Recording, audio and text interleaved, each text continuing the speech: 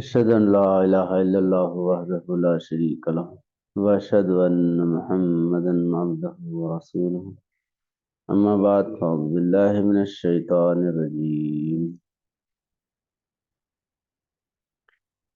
بسم الله الرحمن الرحيم ألف لام را تلك آيات الكتاب المبين إنا أنزلناه قرآنا عربيا لعلكم تعقلون نحن نقص عليك أحسن القصص بما أوحينا إليك هذا القرآن وإن كنت من قبله لمن الغافلين إذ قال يوسف لأبيه يا أبت إني رأيت 11 كوكبا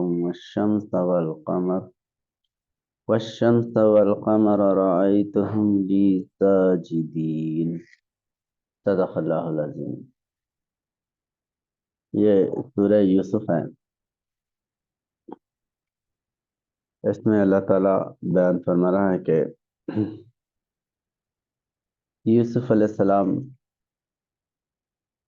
کے متعلق جو حالات ہوئے اور یوسف علیہ السلام کو کن منازل سے گزرنا پڑا اور اس کے کیا حقائق ہے، اور اس سورہ میں خاص کر اللہ تعالیٰ قرآن کریم کی اور عربی زبان کی اہمیت کو بیان فرمایا کہ یقیناً ہم نے نازل کیا اس قرآن کو عربی زبان میں تاکہ تم سمجھ سکو، جان سکو، اور ایک بہترین واقعہ جو احسن القصص ہے، یعنی سب سے حسن والا، حسین اور بہت ہی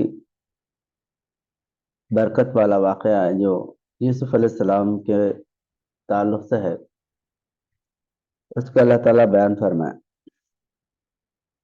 اوحینا الیک ھذا القرآن، قرآن کریم میں نازل فرمایا۔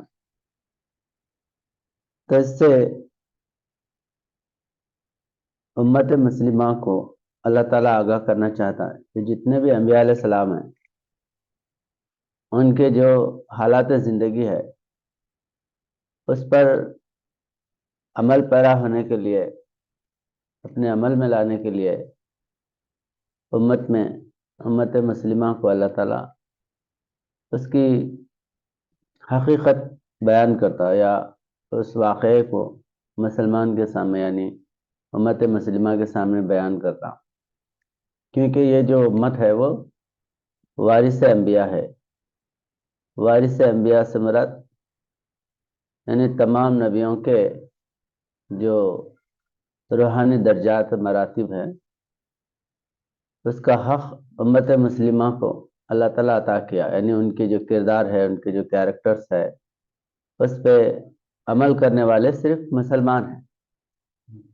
اب دوسرے جو امتیں ہیں وہ بھٹک گئے، گمراہ ہو گئے، نبیوں کے راستے کو چھوڑ دیے، اور وہ نبیوں کی نبوت بھی ان کے کسی کام کی نہ رہی، ان کی کتاب بھی ان کے کسی کام کی نہ رہی، اس میں تحریف کر دیا، رد و بدل بھی کر دیا، اور وہ نبی جو ہے خود حضور نبی کریم صلی اللہ علیہ وسلم کے دربار میں پہنچ گئے روحانی اعتبار سے۔ وَإِذَا أَخَذَ اللَّهُ مِيثَاقَ النَّبِيِّينَ لَمَا آتَيْتُكُم مِّن كِتَابٍ وَحِكْمَةٍ ثُمَّ جَاءَكُمْ رَسُولٌ مُّصَدِّقٌ لِّمَا مَعَكُمْ لَتُؤْمِنُنَّ بِهِ وَلَتَنصُرُنَّهُ، اس ارشاد کے مطابق کہ اللہ میثاق لیا نبیوں سے کہ میں تم سب کے بعد ایک آخری نبی حضرت محمد مصطفیٰ صلی اللہ علیہ وسلم، نبی آخر الزمان، آپ کو بھیجوں گا، جب آپ آئیں گے تو تم سب ایمان لانا اور ان کی مدد کرنا۔ یہ وعدہ لیا تھا اللہ قرآن پاک میں۔ اس اعتبار سے اللہ تعالیٰ سارے نبیوں کے ارواح کو اسلام میں لا کے رکھ دیا۔ اب اس کا روحانی جو فلسفہ ہے یا روحانی جو حقیقت ہے تو اللہ تعالیٰ حضور نبی کریم صلی اللہ علیہ وسلم جب معراج میں تشریف لے گئے تو بیت المقدس میں یا مسجد اقصی میں 1,24,000 انبیاء علیہ السلام کھڑے ہوئے تھے. حضور نبی کریم صلی اللہ علیہ وسلم امامت فرمائے، اس لیے حضور صلی اللہ علیہ وسلم کو امام الانبیاء کہا جاتا. امام الانبیاء سے مراد تمام نبیوں کے امام. تو جو سارے نبیاں مقتدی ہو گئے، حضور صلی اللہ علیہ وسلم مقتدا ہوئے، یعنی آپ امام ہوئے اور سب جو ہے نا حضور صلی اللہ علیہ وسلم کے پیچھے کھڑے ہو گئے. تو اس سے یہ فلسفہ واضح ہو جاتا یا یہ حقیقت واضح ہو جاتی کہ وہ سب حضور صلی اللہ علیہ وسلم پر ایمان لے کے آئے. ایمان لانے کے بعد ہی آپ کے متی ہوتے نا. تو جو اللہ تعالیٰ میثاق لیا تھا وہ میثاق کا عملی نظارہ بھی اللہ تعالیٰ بتا دیا، اور صحابہ کی صورت میں حضور نبی کریم صلی اللہ علیہ وسلم کے امت میں پیدا ہو کے انبیاء علیہ السلام خدمت بھی کرے. تمام صحابہ حضور صلی اللہ علیہ وسلم فرماتے ہیں کہ ما من نبی الا لہ نذیر من امتی، کوئی نبی ایسا نہیں ہے جس کی مثال میری امت میں نہ ہو. تو سارے نبیوں کی مثال میرے امت میں ہے. اگر جلال کے اعتبار سے دیکھنا چاہتے تو نوح علیہ السلام، موسیٰ علیہ السلام کو، تو حضرت عمر رضی اللہ تعالیٰ عنہ آپ جلال کے پیکر بن کے وہ انبیاء کے جو کردار ہے اس کو آپ ادا کریں. تو بہرحال قرآن کریم میں جہاں کہیں بھی کسی بھی نبی کا اللہ تعالیٰ تذکرہ کرتا تو اس سے مراد یہ ہوتا کہ تم وہ نبی کے عمل کو اپنے وجہ سے ظاہر کرو. تو یوسف علیہ السلام کے بھی اس واقعے میں یہی ہے کہ امت مسلمہ کو درس کیا ہے. جس طرح یوسف علیہ السلام نفس کی آزمائش میں کامیاب نکلے، اور آگے اللہ تعالیٰ اسی سورہ میں بیان فرماتا ہے کہ یوسف علیہ السلام اپنے جو ہے اس کو بیان کر رہے عمل کو، وما ابرئ نفسی ان النفس لامارۃ بالسوء الا ما رحم ربی، کہ میرا نفس تو سخت برائی کی طرف لپکنے والا تھا لیکن اللہ تعالیٰ کا رحم میرے کو بچا لیا. انسان کیا ہے ظاہری چیزوں پہ فارفتہ ہو جاتا، اس میں متاثر ہو جاتا، ادھر چلے آنا بول کے. لیکن اللہ کا رحم، جو بندہ نیک رہتا نا اور بچنا چاہتا، بچنے کی دل میں جو ہے تڑپ رہتی، تو اللہ اس بندے کو بچا لیتا. اللہ اگر بچنے کی تڑپ ہی نہیں ہے اس کے اندر، لاپرواہ ہے، تو ویسے کو اللہ تعالیٰ جو ہے بچانا بھی مشکل ہے، بچاتا بھی نہیں. ارادہ ہونا، انما الاعمال بالنیات، انسان کی جو ہے نیت پر اس کے عمل کا دارمدار رہتا. تو نیت اگر بچنے کی ہے تو اللہ اسباب بنا دیتا، اور بچنے کی ہے ہی نہیں، خدا کی ذات پہ اگر کوئی یقین ہی نہیں کرتا تو وہ گمراہی میں چلے جاتا. اس لیے علامہ اقبال فرماتے ہیں ہم تو مائل بکرم ہیں کوئی سائل ہی نہیں، راہ دکھلائیں کسے رہ روے منزل ہی نہیں. یعنی اللہ تعالیٰ فرما رہا کہ میں تو مائل بکرم ہوں، میں کرم کرنے کے لیے میرے بندے کو صحیح راستے پہ لانے کے لیے ہمیشہ جو ہے میں جستجو کرتے رہتا ہوں.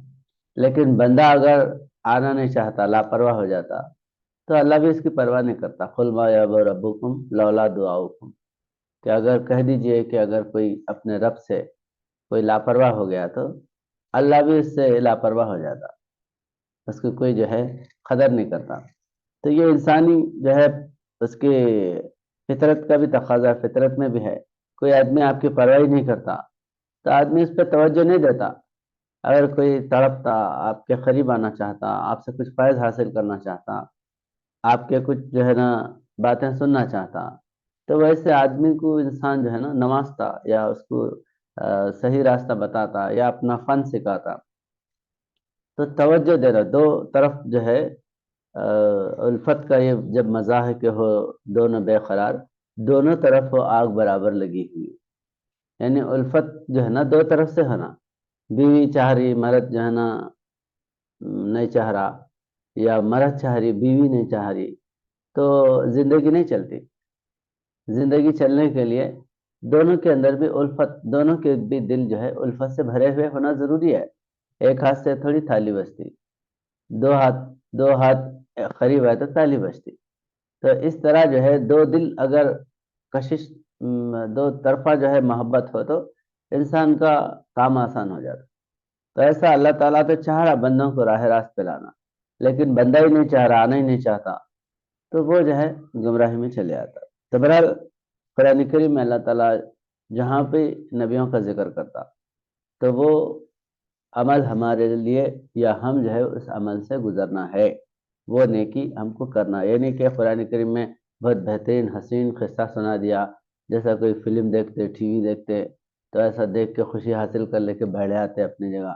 ایسا نہیں ہے اللہ کا کلام. اللہ کے کلام میں کوئی اگر واقعہ بتا رہے تو آپ کے لیے بتا رہے، آپ بھی ویسا بننا ہے. جس طرح یوسف علیہ السلام برائیوں سے بچے اور جو ہے جس کی وجہ سے آپ حسن القصص، حسین جو ہے آپ کی زندگی، حسین جو ہے آپ کا قصہ واقعہ بنا، تو ایسا آپ بھی ویسا عمل کرنا چاہیے. برائیوں میں مبتلا ہے، حرام کے کام کر رہا، دھوکے دے رہا، عورتوں کے پیچھے جو ہے نا پڑا ہوا ہے، اور سورہ یوسف پڑھ رہا بڑی خیرت سے آواز نکال کے، کیا فائدہ ہے اس کو؟ کچھ فائدہ نہیں ہے. زبان سے کہہ بھی دیا لا الہ تو کیا حاصل، دل و نگاہ مسلمان نہیں تو کچھ بھی نہیں. ہم زبان سے جو ہے رٹا لگا رہے، کلمہ پڑھ رہے، خیرت سے قرآن پڑھ رہے، لیکن عمل میں زیرو ہے، کچھ بھی نہیں ہے. تو پھونکنے میں سے ہوا پھونکے ایسا ہے، محفوظ نہیں رہتی. پھونکنے میں ادھر سے پھونکے ادھر سے نکل جاتی. تو اسی طرح انسان کے اندر بھی اگر عمل کا اگر دار و مدار نہیں ہے یا عمل کی جو ہے اس کے اندر جستجو نہیں ہے تو انہیں کتاب پڑھا بھی تو سب بیکار ہے. تو بہرحال یہاں پر اللہ تعالیٰ بتا رہے کہ الف لام را تلک آیات الکتاب المبین. الف لام را کیا ہے؟ الف لام را کے معنی ہوتے ان اللہ ارا، میں اللہ سب سے زیادہ دیکھنے والا ہوں. اس کے معنی ہیں اکثر علماء اس کے معنی نہیں کرتے، جو مترجمین ہیں ترجمہ کرنے والے، یہ اس کے بارے جو ہے اللہ کچھ معلوم، اللہ کے رسول کو معلوم، ہم کو نہیں معلوم بولتے ہیں. لیکن حضرت عبداللہ بن عباس رضی اللہ تعالیٰ سے روایت ہے کہ حضور نبی کریم صلی اللہ علیہ وسلم ان حروف کے معنی بتائے. تو یہ کیونکہ کوٹ ورڈ ہے، کوٹ ورڈ بولے تو اے پی بولے تو آندھرا پردیش، ٹی ایس بولے تو تلنگانہ اسٹیٹ ہے نا، ایم ڈی بولے تو محمد. ایسا جو کوٹ ورڈ یوز کرتے نا ہم، تو لانگ فارم کو شارٹ فارم میں استعمال کرتے. تو یہ عربی سے نکلا سا ہے. یہ عربی میں جو الف لام میم طہ یاسین قاف عین صاد، یہ جو ہے نا یہ عربی کے کوٹ ورڈ ہے. یہ پورے قرآن کا یہ جو سورہ ہے، یہ سورے کا پورا نچوڑ 3 الفاظ میں رہتا، الف لام را میں رہتا. جیسا سورہ بقر ہے، 2.5 پارے کا سورہ ہے سورہ بقرہ، تو وہ پورے سورے کا نچوڑ کیا ہے؟ الف لام میم. الف لام میم کے معنی کیا ہوتے ہیں؟ ان اللہ عالم، میں اللہ سب سے زیادہ دیکھنے والا ہوں یا سب سے بہتر دیکھنے والا ہوں. عالم، عالم بولے تو افضل التفضیل، تفضیلی صیغہ کس کو بولتے ہیں؟ سب سے زیادہ. اکبر بولے تو سب سے بڑا، اطہر بولے تو سب سے زیادہ پاک، اصغر بولے تو سب سے چھوٹا، انور بولے تو سب سے زیادہ نور والا. تو سب سے زیادہ افضلیت کے لیے آتا، اس کو افضل التفضیل کا صیغہ بولتے ہیں حرف النحو میں. تو ایسا یہاں پر جو ہے عالم بولے تو سب سے زیادہ جاننے والا. تو اللہ تعالیٰ سب سے زیادہ آرا بولے تو اللہ جو ہے دیکھنے والا ہے. ان اللہ آرا، میں اللہ سب سے زیادہ دیکھنے والا ہوں. تو یہ جو ہے اگر روایتوں میں اگر دیکھیں گے تو یہ سارے جو ہے حروف کے معنی ملتے ہمارے کو احادیث میں یا روایتوں میں صحابہ کرام سے مروی ہے. تو ایسے بہت سے جو ہے حروف قرآن کریم میں ہیں. یہ 28 حروف ہے پورے قرآن میں. الف لام میم، الف لام را، طاسین میم طہ یاسین قاف عین صاد، یہ جو ہے نا یہ پورے 28 جو ہے حروف ہیں. 28 جو ہے حروف، 14 حروف ہیں، 14 حروف ہیں، 28 سوروں پہ آئے. حروف جو ہے 14 ہے، 28 صورتوں پہ یہ آئے. تو جیسے الف لام میم ہے، الف لام میم کئی سوروں پہ آیا، جیسے سورہ بقر پہ آیا، پھر سورہ آل عمران میں آیا، تو اسی طرح جو ہے نا سورہ سجدہ میں آیا، تو ایک سے کئی 5 مرتبہ میں بھی ریپیٹ ہونے کی وجہ سے وہ 14 حروف کیا گئے 28 صورتوں پہ گئے. الف لام را بھی اور صورتوں پہ ہے. اور جو ہے تواسین میم حامیم حامیم بھی جو ہے کئی صورتوں پہ ہے. تو بہرحال یہ 14 جو حروف ہیں 14 حروف 28 صورتوں پہ آئے. تو اس کے جو معنی ہیں پورے حضور نبی اکرم صلی اللہ علیہ وسلم بتائے. اس کی جب سوروں کے جو اس کے فضائل آپ دیکھیں گے تو اس میں یہ یاسین کے معنی طٰہٰ کے معنی یہ سب بھی ملتے ہیں. تو مولانا محمد علی صاحب لاہوری آپ بیان القرآن کی تفسیر لکھے, اس میں پورے جتنے بھی حروف ہے اس کا ترجمہ کرے. اس کا کسی قرآن میں آپ کو ترجمہ نہیں ملتا ان سوروں کا, اس میں سوروں پہ ہے. اور بہت سے لوگ مولانا طاہر القادری صاحب یہ جو ہے نا ایک کتاب ہی شائع کرے اس پہ, یہ حروف مقطعات پہ, اور ابھی پورے حروف مقطعات کے معنی بیان فرمائے.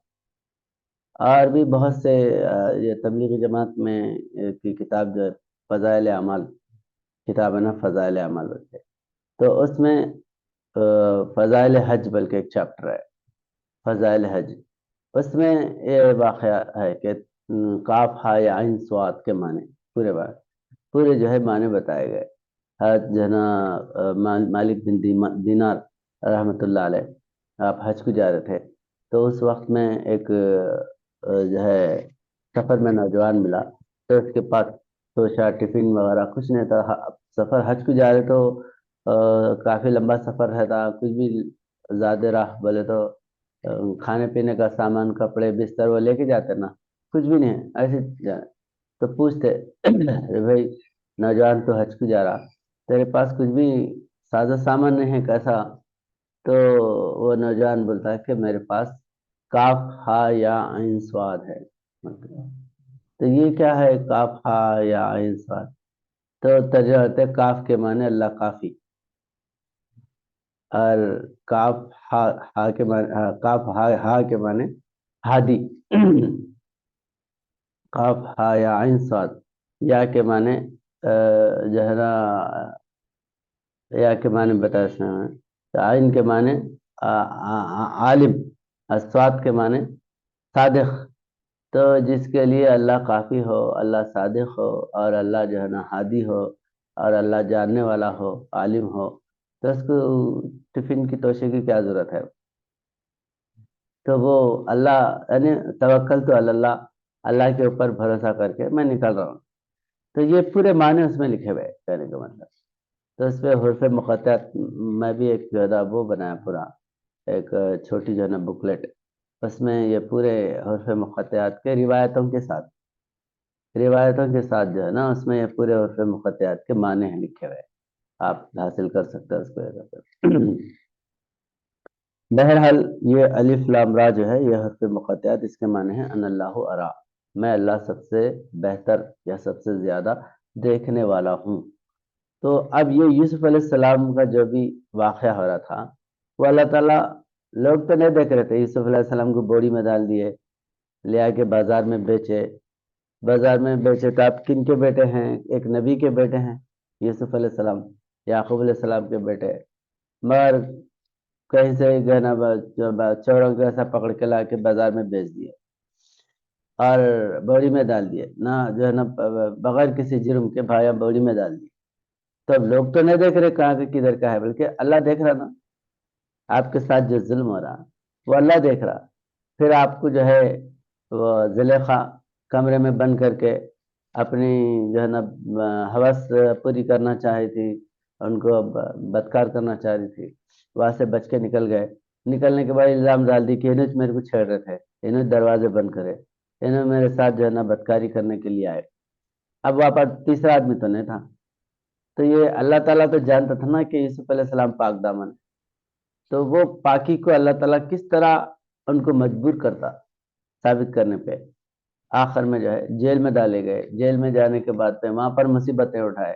پھر بعد میں اللہ تعالیٰ پورا جب کایا پلٹ دیا یوسف علیہ السلام کو, جب اللہ تعالیٰ طاقت دیا اور علم تعویل عطا کیا, اور جب بھی بشارتیں دیکھتے تھے بہترین تعویل کرتے تھے یوسف علیہ السلام. تو تعویل علم کی وجہ سے کیا ہوا, وہاں پر بہت مشہور ہو گئے جیل میں یوسف علیہ السلام. ایک شراب اپنے آقا کو شراب پلا رہا تھا، ایک جو ہے نا سر پہ روٹیاں چور رہا تھا. یہ سب جو خواب کی تعبیر بتانے کے بعد میں بہت مشہور ہو گیا وہاں سے. اب بادشاہ خواب دیکھا، بادشاہ جو ہے وہ 7 گائیں دبلے ہے، 7 موٹے گایوں کو کھا جا رہے. یہ خواب دیکھا. دیکھنے کے بعد تعبیر بڑے بڑے وہاں پر نجومی جوتیش جو تھے راہب، اور ان لوگوں کو سنا تو لوگ تعبیر صحیح بتا رہے تھے نا. تو وہ جو جیل میں جو خواب دیکھ کے چھوٹا تھا، ایک تعبیر سنا تھا یوسف علیہ السلام سے، انہیں جا کے بولا کہ ایسا جیل میں یوسف بول کے ہے، بہت بہترین تعبیر بتاتے ہیں. تب وہ تعبیر وہ بادشاہ متاثر ہو کے پھر وہاں سے جیل سے رہا کر کے لے کے آ بول کے بھیجا. آنے کے بعد یوسف علیہ السلام کو بولے کہ بادشاہ بلایا تمہارے کو، اب خوش ہو کے آ جانا نا باہر. ارے بادشاہ بلایا، بولے تو سزا وزا سب ختم ہو گیا، چلو آزاد ہو گیا. مگر حق پرست جو انسان ہے نا، حق کا دامن نہیں چھوڑتے کبھی بھی. یہ نغمہ فصل و گل و لالا کا نہیں پابند، خزاں بہار ہو کہ خزاں لا الہ الا اللہ. انسان حق پر جو ہے نا خوشی دیکھ کے ایک دم پیلا دیکھ کے پھسلی، اجلا دیکھ کے اچھلی، ایسا نہیں کرتا. حق کا دامن برابر تھاما ہوا رہتا. تو یوسف علیہ السلام کیا بولے، تعبیر کے لیے بلا رہے، میرے کو ڈالے کیوں جیل میں؟ میرا کیا جرم تھا جو میرے کو جیل میں ڈالے؟ اب اگر ایسی آ جاتے تو انہیں تو گناہ کرے تھے، بادشاہ رحم کر کے نکالا، بولے ایسی بات ہو جاتی تھی نا. تو پہلے میرا فیصلہ ہونا، اس کے بعد میں آتا ہوں باہر. بولے ارے یہ کیا معاملہ ہے بھائی؟ اب وہ بادشاہ کو نہیں معلوم تھا، وہاں کا جو گورنر تھا عزیز مصر بلکہ، انہیں ڈال دیا تھا اس کے بیوی کے بولنے پہ، ایسا برائی کرا یوسف بولے تو. مگر جو بڑا بادشاہ تھا انہیں نہیں معلوم تھا اس کو کیا جرم ہے کیا ہے بلکہ. تو جب یہ کیا ہے معاملہ ان کا کیوں ڈالے، بولتے جب چھان بین ہوئی، تحقیقات ہوئے، تو جرم کس کا نکلا؟ زلیخا کا نکلا. زلیخا بولی میں جو ہے نا جرم تھی، وہ عورتیں گواہی دی. بہرحال یہ سارا واقعہ ہوا. تو نہیں یہ تم جرم نہیں ہوا، بغیر جو ہے تمہارے جرم کے گناہ کے تم کو جیل میں ڈالے، یہ غلطی لوگ اعتراف کر لی. جب نکلے یوسف علیہ السلام، تو آج جو ہے کوئی معاملہ ظاہری اگر کوئی جو ہے نا بڑا خوشی کا بتا دے کہ آپ کے گناہوں کو چھپا کے، آپ گناہگار تو ہے اس تم، مگر ہم رحم کر رہے، حالانکہ گناہگار نہیں ہے، ویسا اگر کرے تو کوئی مومن دل جو ہے نا اس کو پسند نہیں کرتا. مکار ملما ساز لوگ بھول جائیں گے، ادھر سے جوتے بھی کھائیں گے، پھر کرسی پہ بھی بیٹھیں گے، شیخ بھی خوش رہے، شیطان بھی لعنت میں، ادھر بھی دو طرف ڈھول بجاتے، توبہ کرتے ہیں میں بھی پیتے ہیں، یہ بھی جاری ہے وہ بھی جاری ہے، ادھر توبہ تیلا بھی کرنا، ادھر شراب سیندی شراب بھی پینا. لیکن روحانی انسان انہیں جو ہے نا بہت باریک بین ہوتا، بہت باریک نظر والا ہوتا، وہ کبھی بھی جو ہے اپنے حق کے دامن کو چھوڑنے والا. تو یہ سب جو ہے نا بری کرے، اس پر بالکل جو ہے نا آپ بے گناہ ہیں، کیونکہ اللہ تعالیٰ بتا دیا تھا کہ آپ کو جو ہے تمام جو تکلیف دینے والے ہیں وہ سب تمہارے سامنے سجدہ ریز ہو جائیں گے، یعنی مطلب جو ہے نا جھک جائیں گے. سجدے کے معنی جو ہے پیروں پہ سر رکھ دینا نہیں ہے، بلکہ جو ہے یوسف علیہ السلام خواب دیکھے تھے. وَإِذْ قَالَ جو ہے یوسف علیہ السلام، وَإِذْ قَالَ يُوسُفُ لِأَبِيهِ يَا أَبَتِ إِنِّي رَأَيْتُ أَحَدَ عَشَرَ كَوْكَبًا وَالشَّمْسَ وَالْقَمَرَ رَأَيْتُهُمْ لِي سَاجِدِينَ. کہ جب کہا یوسف نے اپنے باپ سے، میں جو ہے ایک خواب دیکھا ہوں، انی رأیت احد عشرہ، میں نے ایک خواب دیکھا، رویا دیکھا، احد عشرہ 11 جو ہے بھائی، یعنی 11 ستارے بھائی، 11 ستارے، احد عشرہ کوکب، کوکب بولے تو تارے، شمس والقمر، چاند اور سورج، یہ میرے کو سجدہ مطلب جو ہے نا میرے سامنے سجدہ کر. یہ دیکھے یوسف علیہ السلام. تو والد کو بچپن میں سنا تھا، 8-10 سال کی عمر میں سنا یہ خواب دیکھے. اب 40 سال کے بعد جب جو ہے نا عزیز مصر بنے، مصر کے گورنر بنے، تو وہاں پر یہ بات جو ہے نا سامنے آئی کہ وہ جو لوگ الزام لگاتے. اب اس میں ایک بات تشریحات میں کیا بیان کرتے کہ احد عشرہ تو 11 بھائی ہیں یوسف علیہ السلام کے، ایک بنیامین جو یوسف علیہ السلام کے خاص بھائی تھے، اور 10 جو ہے نا وہ دوسرے ماں سے ہوتے تھے، کیونکہ یعقوب علیہ السلام کی 4 بیویاں تھے، اس سے ایک بیوی سے یوسف اور بنیامین پیدا ہوئے، باقی دوسرے بیویوں سے اور 10 بچے پیدا ہوئے یعقوب علیہ السلام۔ تو اب یہ 11 بھائی تھے، اور شمس اور قمر میں عموماً جو ہے مفسرین کیا لے کے آتے ہیں، تفسیر کرنے والے یعقوب علیہ السلام اور ان کی بیوی بول کے لاتے، یہ لوگ آ جائے، لیکن قرآن کریم میں نبی کسی نبی کا متی نہیں ہوتا، متی بولے تو جھکنے والا سجدہ کرنے والا نہیں ہوتا، اور یعقوب علیہ السلام پہلے بڑے نبی ہیں، مطلب جو ہے نا یوسف علیہ السلام سے پہلے بزرگ، ایک تو باپ ہے، کہ جو ہے نا پہلے نبی بنے سو ہے نا، انہوں کیسے جھکیں گے ان کے سامنے؟ قرآن میں یہ تو غلط ہے نا، اللہ کو سجدہ کرو۔